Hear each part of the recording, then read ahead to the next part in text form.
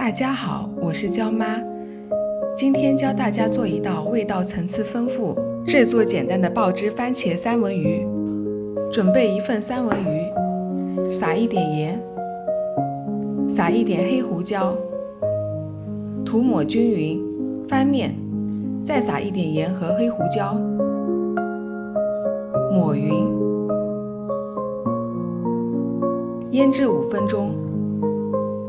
准备半个洋葱，切成丁，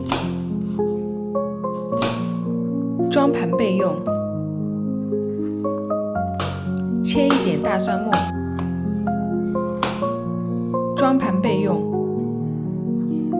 准备一点小茴香，剪一些小细叶，剪几段小茴香根部备用。取一个柠檬，削一点柠檬皮碎，装盘备用。锅热后加橄榄油，转一下锅底，让油充满锅底。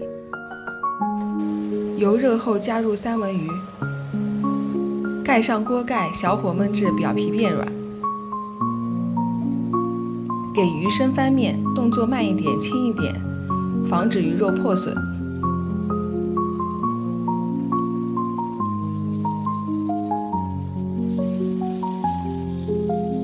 再盖上锅盖，小火煎熟。轻轻地翻鱼的侧面，2个侧面也一样要煎熟。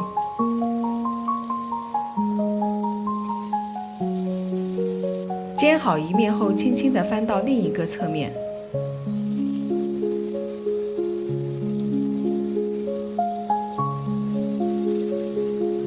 煎侧面不需要盖锅盖。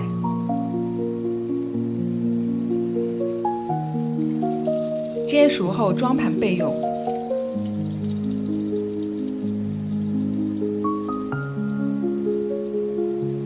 油不用倒掉，加1碗洗干净的小番茄，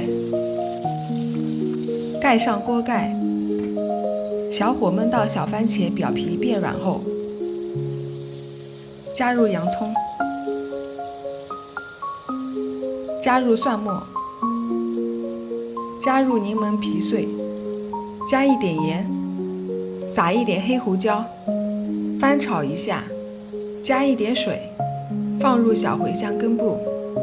水烧开后，把三文鱼放在中间，盖上锅盖焖煮1分钟后，撒点茴香叶，再盖锅盖焖30秒左右。出锅装盘。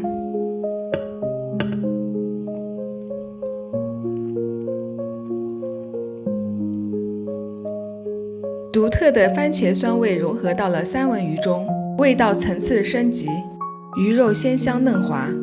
这个周末你也给家人朋友展现一下厨艺吧。大家好，我是娇妈，我们下次再见。